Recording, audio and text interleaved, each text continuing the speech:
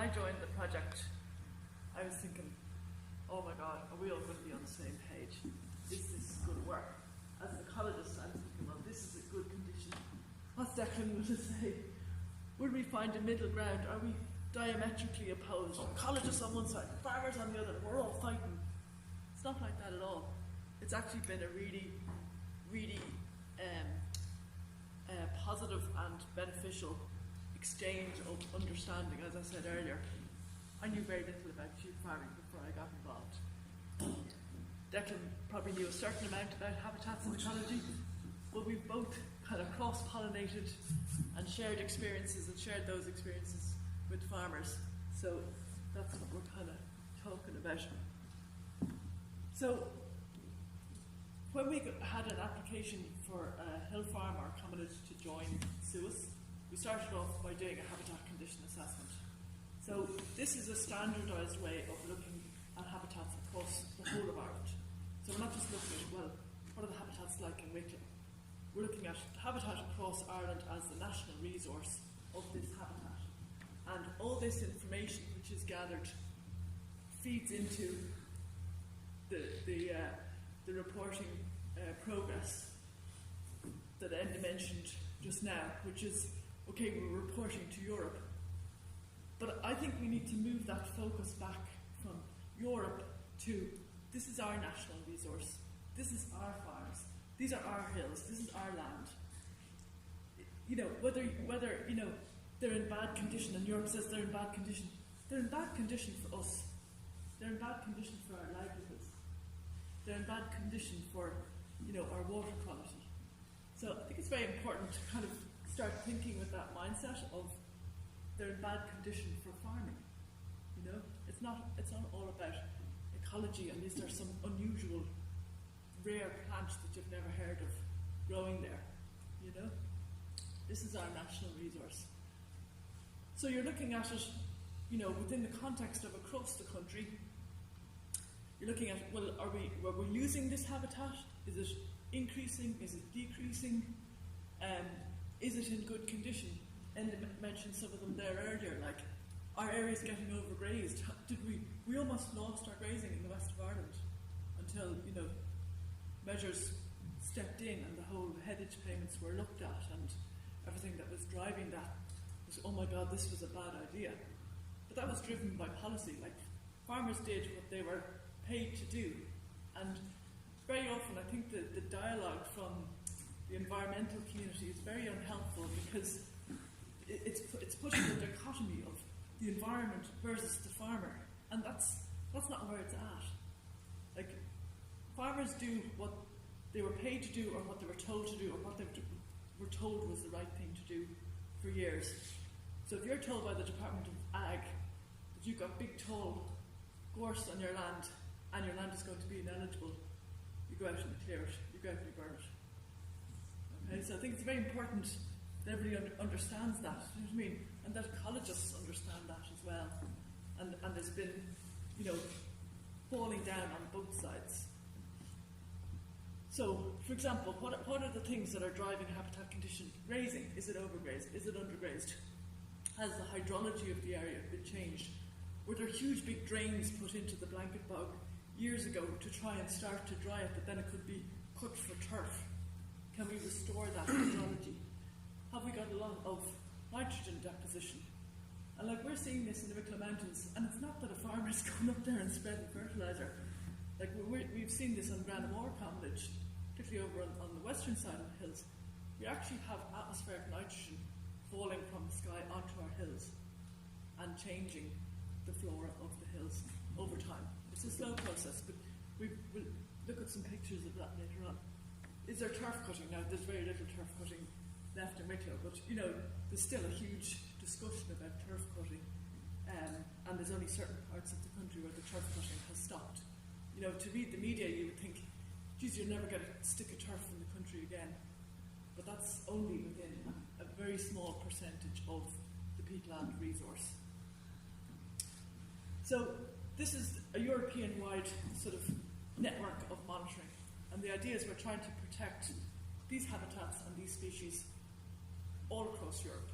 And we mentioned earlier, it's like, is the habitat or the species, is it in favourable condition?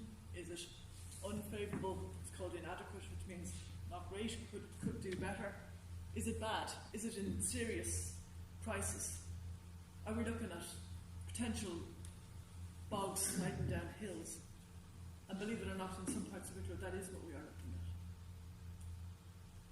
We also have an unknown area here. We just don't have enough information. And this, again, is the kind of scorecard for upland habitats in the country. And you can see that the majority of them, the three down here, so that if you think green is good, favourable, red is bad, orange is not great.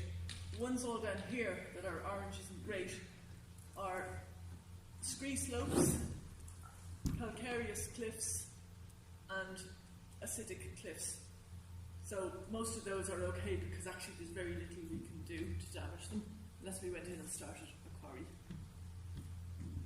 All the other habitats which we went through this morning are all bad, and they're not getting any better. Report card, fail. Andy mentioned about how are they monitored. She talked about dry heat. So here's an example for wet heat, and when we're out on the hill with you, we'll have a look at this, because you kind of think, well, does this matter from a sheep farming point of view? If it's in good condition ecologically, is it in good condition for sheep? And the number one thing is you have to look at the vegetation. So cross-leaf teeth, have we got cross-leaf teeth there? Yes. Okay, that's good. If we don't have that, we're in trouble. On this particular hill, where these stops were done, we did 6 stops, 6 assessments, and none of them failed. So that was great.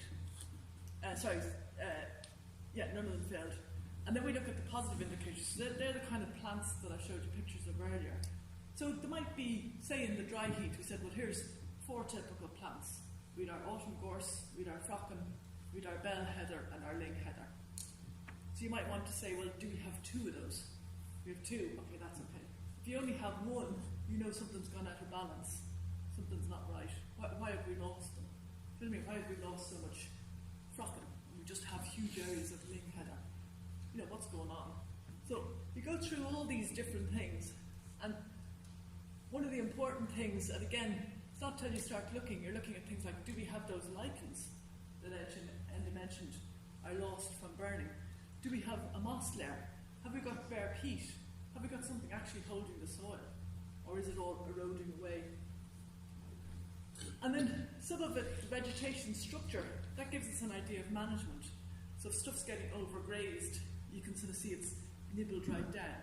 Or if it's not getting grazed enough, it's really tall, and we're losing the structure. So each different habitat has these different criteria for ranking it. And so that's the basis on which the habitat condition assessment was made.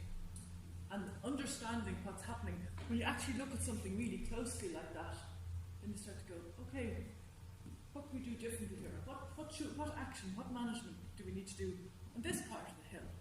Or up there is actually really nice, how do we keep that nice? Or down here we're in trouble, what are we going to do here? And this informed the plan. So for example, here's the assessment for that hill. So for area, it looked like we haven't lost any wet heat, so that was favourable. But when we looked at what are called the structure and function, so this is kind of how the habitat actually works, we could see that some of the stops failed because we didn't have enough positive indicators, or the mosses or lichens were gone. Some of it failed because there was too much browsing pressure or too much trampling. Some areas failed because it was really heavily grazed. So that failed, that was unfavourable, inadequate.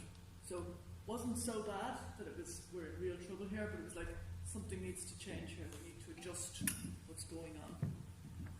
And the future prospects is like, if we just continue on doing same old, is it going to get any better? And in general, the answer is no. Because we have something happening that we need to adjust. And that might be a farming practice, it might be looking at walking pressure from hill walkers. You know, there's a whole lot of different things could be going on. Could be looking at the impacts of deer. And overall then, you did an assessment for that habitat, and it was bad. So once any single thing it isn't great, it brings everything else down. So for example, here's Granamore Commonage, which is over on the west side of the hills. You look into this commonage as you go over the Wicklow Gap, and you can see we've huge parts of this commonage are in trouble. We've a couple of bits here which are okay, and you're thinking, well, that's good. You're thinking, what's going on up here?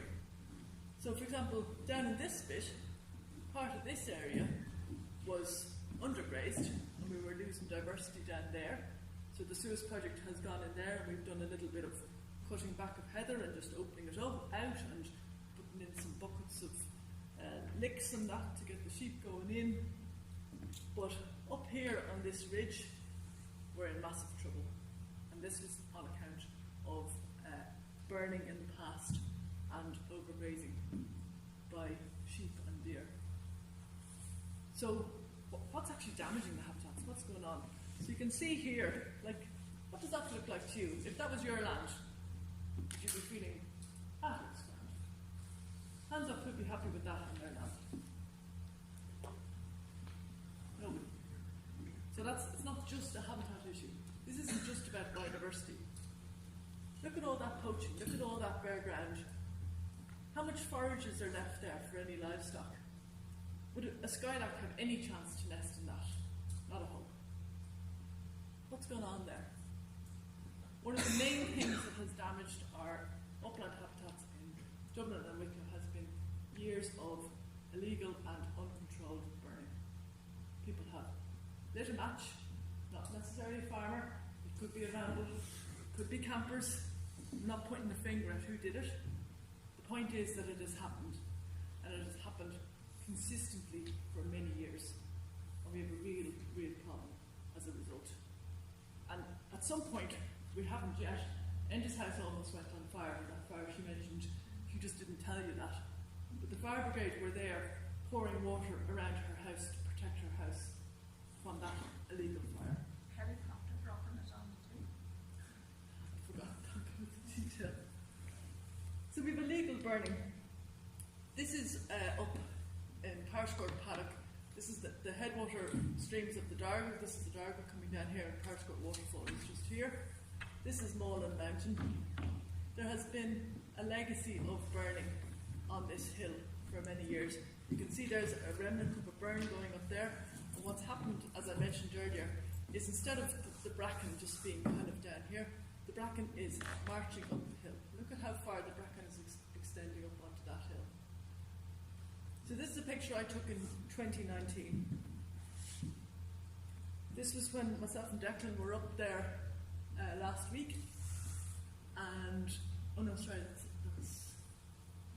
that is again, that's all burnt. Look at all that damage. I don't think that is in Moreland. Sorry, I tried to get a picture of it. Here's very bad burning up on the Lugalaw estate from years ago. This fire probably came from the Wicklow Gap, from the Military Road. The whole landscape, pretty much from the Military Road all the way up to the summit of Knockmaclahoe, was burnt. And we're just getting damaged habitat ever since. Look at how short the heather here was starting to recover after the burn. Look at all that bare peat. That fire was actually in 2007. Yeah. And look at how many years since. Well, that picture is from 2008. That was very recent after that burn. Again, there's another picture from the same time. This is kind of what you're looking at after a burn. Okay, you might think, oh great, we've a load of heather coming back. Look at everything else. Look at all that peat ready to wash away. How long is that going to take to recover? Could be talking 20, 30 years? You know, we were talking about how harsh an environment it is for plants to live in the uplands. You know, it's cold, it's windy, it's wet, there's lying snow, it's a slow growing season. Where's the seed going to come from after a burn? Imagine if we had to go and reseed the hills. Imagine if we had to go and buy seed to bring back all those plants that we talked about earlier, to get them back onto our hills. This is all burnt.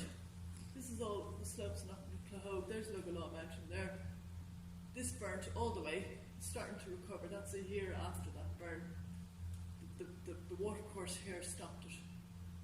But then you're building up another problem, which is you have a whole lot of heather all at the same height. And you generally get left just with heather. This is burning up on Glasnevullen, up above the Burnagreena Reservoir. Very, very, very damaging activity. And you might look and you might think, oh, look at all that green, look at all that grazing. Happy out. When you go and walk it, you actually look at the plants, you're finding the things that are coming in. You're very slow to get the heather back. You're getting the purple moorgrass, which isn't great for sheep, it's all right for cattle. You're getting the deer grass. That's not much use for sheep, is it, Declan? You're getting the heath rush. You're actually losing the grazing, even though it looks green, and you think, happy out. When you actually start looking at the plants and getting your eye in, you're getting mat grass coming everywhere. I suppose just on that, like the problem, why that's a problem is every time you burn it, what you find is the sheep goes back into it, they start picking out all the nice stuff. So the stuff they don't like is left. So each and every time it's burnt, the stuff that the sheep don't like takes over more and more over time. And this site here, this Glasnevullen, they had something like 16 fires over 20 years on their hill out across. So it's just exaggerated everything. But every time the fire, every time it's burned, it makes the problem even worse. That's what happens. And here's Glasnevullen, in the valley here is where the Burnagreena Reservoir is. Look at all this peat eroding, running straight off down into the reservoir. Look at the flooding risk. Look at the amount of money that we, the taxpayer, have paid for the Dogger down around Bulls Bridge. The money that's been spent building flood defences down there because of what's happening in the uplands. It's not the only thing. Like we are talking about climate change and more intense rainfall events and all that, but it all adds up. And this is what I mean about fires. Here's the burn history on Glasnevullen. I think this is what the Wildlife Service would have mapped over the years of different fires, roughly where they were, what got burned when. I think I counted that in 20 years, some part of that hill had 15 years out of 20 years were burned. Like, that's just unsustainable. And what's happening is we're losing the grazing. All that's left down here really are the brackeny slopes, which are all marching up the hill, causing more and more difficulty for us. And we're losing all this grazing up here. And we're ending up with erosion problems, we're ending up with water quality problems, we're ending up with flooding problems downstream.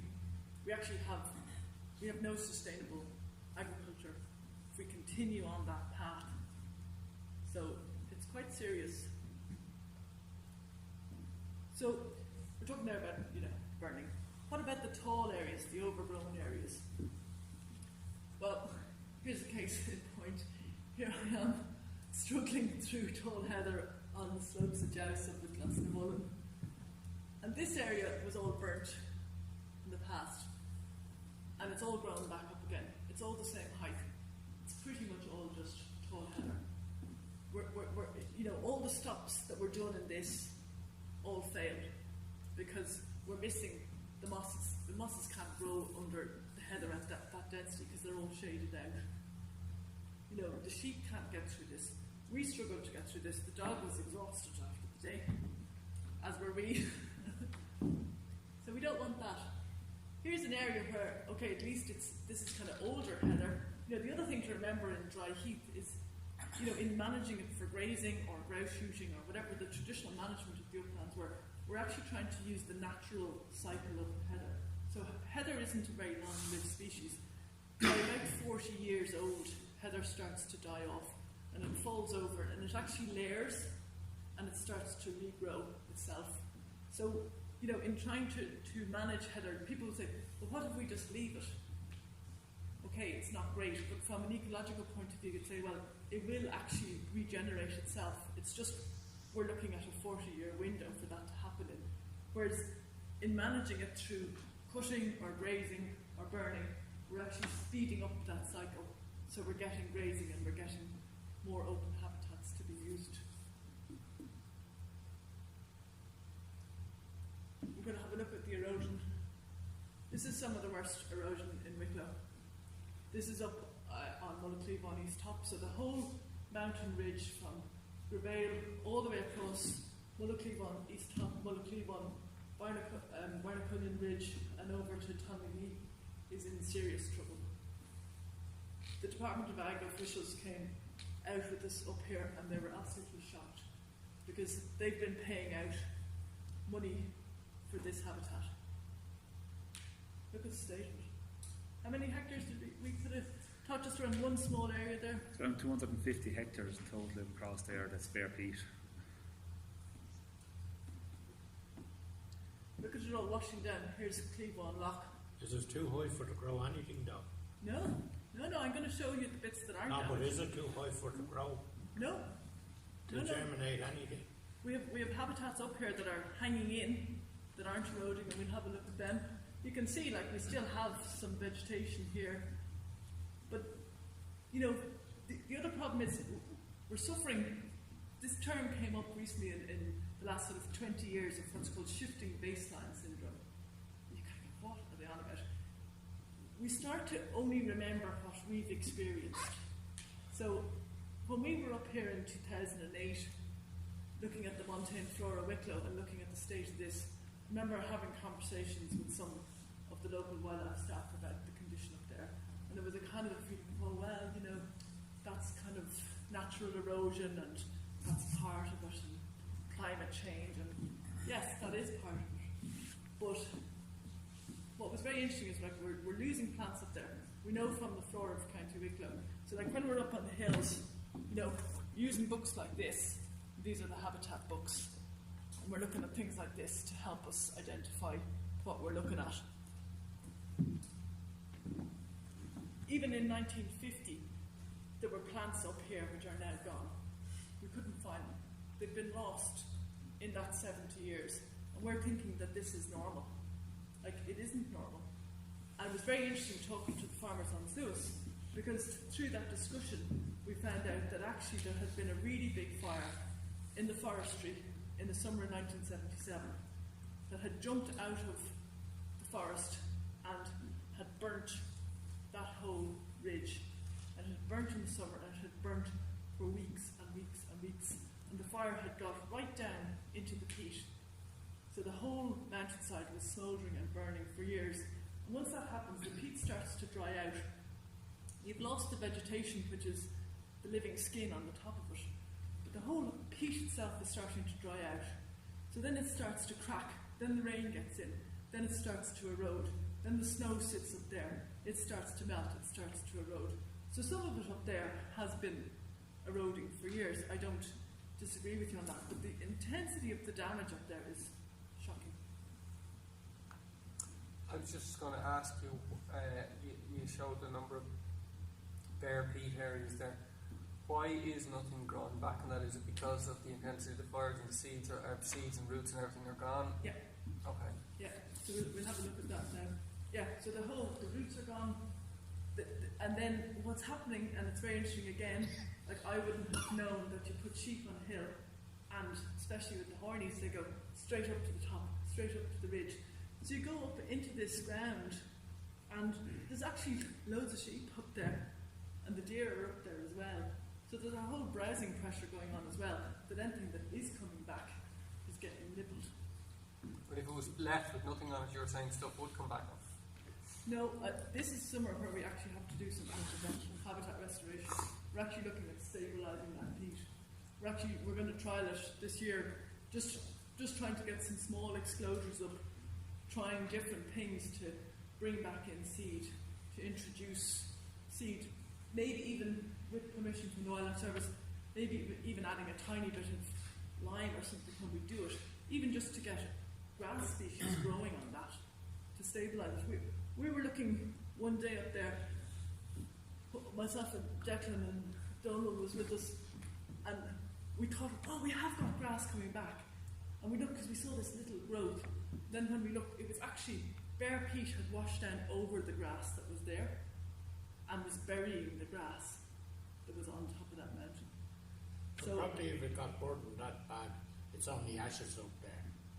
There's no soil in it. but So don't forget, for to hold the seed or to germinate seed, it's only ashes that's there. but If you have it the got peat. burdened that bad. The peat is your soil. So it's about, Even the soil was all burdened. no, it so wasn't all because there could be maybe 6 foot or 8 foot in places. Yeah, well, if it So was the top of burning it has for a gone. week- If it was burning for weeks, it burned down. It didn't burn 3, the whole way 4 to the rock. full deal down. it didn't Didn't burn burn. everywhere. So there's still lots of peat. It's about stopping the erosion on the peat. That's what we need to do up there. This is over on Granamore. So up on the ridge here, there's been a series of fires. The most recent one came from Knocknadroos, which is the neighbouring commonage, and it came into the Granamore commonage, and it burnt up here very, very badly. And the whole hillside up here is starting to crack. These are all cracks in the peat. And in between the peat here, we're finding, see this green toxic algae? That's all the nitrogen that's coming from intensive agriculture in Kildare and in the Midlands, blowing on the southwesterly wind up onto the Wicklow Mountains. And then you're going, it's no wonder we saw on Donald's map that those tributary streams of the King's River aren't in good condition going into the Liffey. This is what's coming off the hill. This is all eroding. This is all rushing away. So again, in this situation, we're looking at habitat restoration. We're looking at trying to stop that flow, slow it down, let the mosses come, because they'll hold the water and stabilise it. On these headwater streams, we're looking at getting some of that gully woodland back in to try and stabilise stuff, to try and intercept all these nutrients coming off the hill. So I really hope that nobody here has a hill in as bad condition as that, because this is kind of heading for as bad as it gets. So again, in areas of blanket bog where there were drains cut, we can look at actually blocking drains. Again, this is on Granamore. There's an old cut over turf bog here. This is the big drain at the back of it that was put in many years ago to dry it for turf cutting. And we'll be looking at putting in blocks along this drain to try and get the water level back up to restore the bog. And this is a shallower drain. This is actually not as deep an area of peat. But again, just trying to stop that flow of water, stop that water rushing off the bog. Here's an area where, again, this wouldn't be great. You have a lot of sheep congregating. You have a lot of erosion, trampling. And probably from Haven walking too. And deer. 12 or 14 foot wide, going from Limerick and Ass Waterfall up to the 28 or the path is Yeah. 12 or 14 foot from Beagle Walk. Yeah, and that is an issue, but when you look at the wider context of the hills, the hill walking impacts are relatively localised because it tends to be a track, and there is a major issue. Well, we'll look at Joust now in a minute, where we've all seen the track in Joust get bigger and bigger and bigger over the years. This is an area where there was some autumn gorse growing, which had got quite tall, probably about that high, and we cut it back with brush cutters as part of SUAS. And it's kind of interesting just even seeing them, because then it became a magnet for the sheep. So the sheep all then spent all their time down here, and they're starting to overgraze and nibble everything away. So it's trying to make sure that we get sheep moving around the hill, get them into different areas, get them into the areas that need to be grazed, get them out of the areas where they're starting to cause issue. And there's no easy win there. There's no easy fix. This is up on Powerscore Paddock, and you can see this again. We're talking about shelter for animals. The sheep just spend most of their time in this valley, and slowly we're losing the heather to the grassland. And if nothing is done there, we'll have lost all that heather. We would actually then have lost an area of dry heath or wet heath, so that wouldn't be great in the SAC. Here's the path on Joust. Here's the trampling pressure. Here it's still manageable. We still have a very thin skin of vegetation on it. There's trampling from hill walkers. There's trampling from sheep. There's issues with mountain bikers. One of the more more damaging activities are the scrambler bikes and the quads going up onto the hills. So even in SUAS, sometimes even just providing a gate that can be locked can close that access to the hill and improve it. We did that on Glenmore. Dogs as well. And dogs, yeah. So at the moment, that's not bad, but when you look higher up on Douse, we're down to the bare rock. Like, it's shocking. And what's happening is, like, look how tightly browsed all that is. You know, it doesn't take a lot more before it's starting to erode. And we're getting, this is the back grass that I was talking to you about. So we're starting to get more of that. This is how tightly browsed by the sheep and the deer that area is. And we're again trying to get that balance back, you know, of a mix of species for them to live on. And then just looking at our montane heath, to come back to up on our ridge, which is very badly burnt. This is how much the peat up there has eroded down. So this is the type of landscape I was suggesting we might have been looking at after the Ice Age. And it took all those thousands of years to actually go from this back up to a soil, and we're heading back to this if we don't start doing something to try and stabilise what's happening up there. This is an area of montane heath on those very shallow, thin soils. You can see at least it's kind of not too bad. We have a couple of the upland grasses, we have a few species. This is in better condition. We've no overgrazing there.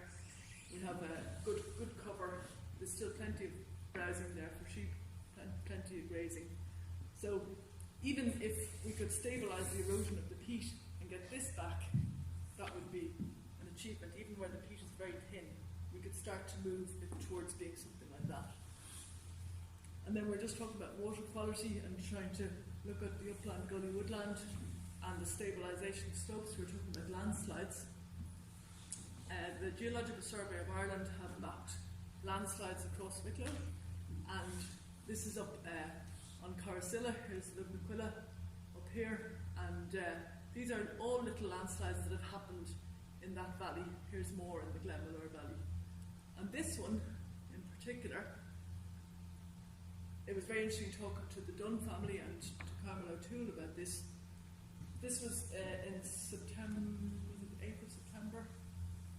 There was a massive rainfall event, and there was a huge amount of peat slid on the cliffs here at the back of Kelly's Loch, and it tore down in, it caused a huge deluge coming out of Kelly's Loch, ended up going down the waterfall by their house, and only that they have a kind of a wall, and the way the land is, the water actually moved out of the channel of the waterfall, and it came tearing down the hill in the middle of the night with huge rocks and all sorts of things, all sliding ground.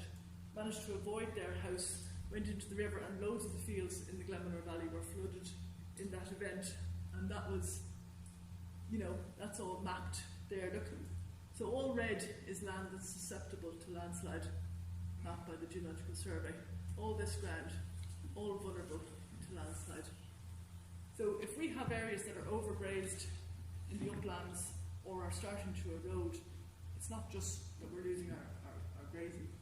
We're looking at, I don't know what you'd know more, Declan, about the implications of all that flooding of those fields, but those fields were gone for several months. Here's where the peat slide started. Here's where all the peat ended up. Down here, this is revegetated since, so you wouldn't necessarily realise it. But this is look at it tore all the ground here, down here, and went into the lake. This is where it started, because it was starting to be bare ground. Here it is there, where it ended up. And the same flooded the whole of the Glendalough car park and the hotel car park, and came tearing down the Glendalough Valley.